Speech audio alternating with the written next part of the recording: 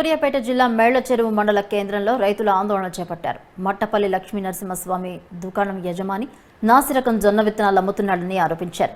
విత్తనాలు మొలకెత్తలేదని తీవ్రంగా నష్టపోయామని అన్నదాతలు ఆవేదన వ్యక్తం చేశారు. సదరు వ్యక్తిని కఠినంగా శిక్షించాలని రైతులు డిమాండ్ చేస్తున్నారు.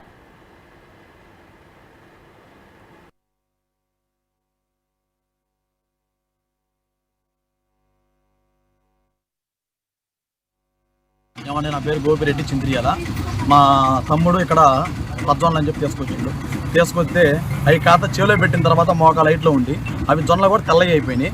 అదే అని చెప్పేసి అతని కాడికి వచ్చి అడగడానికి వస్తే నేను మీకు పెయింట్ వేసిన జొన్నలు అమ్మినా అని చెప్పేసి మాకు చెప్తుండు.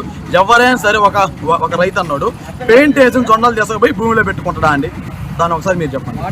పెయింట్ వేసిన అని చెప్పిన తర్వాత జొన్నల్ని ఎవరన్నా అతను భూమిలో పెట్టుకుంటా, ఎవరు భూమిలో పెట్టుకోరు. అతను మీకు పెయింట్ జొన్నలు అని చెప్పినా అంటాడు.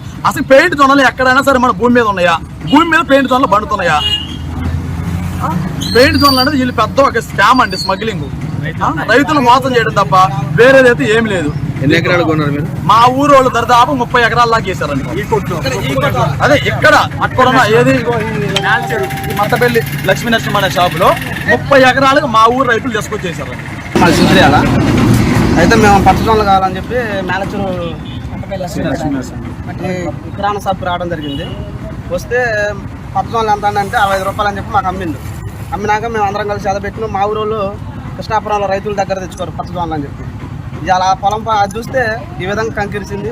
ఇది ఇలా అసలు కరగొడ్లు కూడా ఒక మేత సొప్పయ్యే పరిస్థితి లేదు. జొన్నలు కూడా తెల్లవి, ఏం తెల్లగైంది, ఏం పచ్చగైంది. ఈ కింటం 6,500 రూపాయలు అమ్ముతుంది. ఇలా ఇది మానాడు జొన్న కూడా కాని పరిస్థితి అయింది. కాబట్టి దీని నుంచి మేము ఎకరానికి సుమారుగా 50,000 రూపాయలు నష్టపోతున్నాం. అప్పుడు మేము ఒక 20 మంది రైతులు తీసుకున్నాం.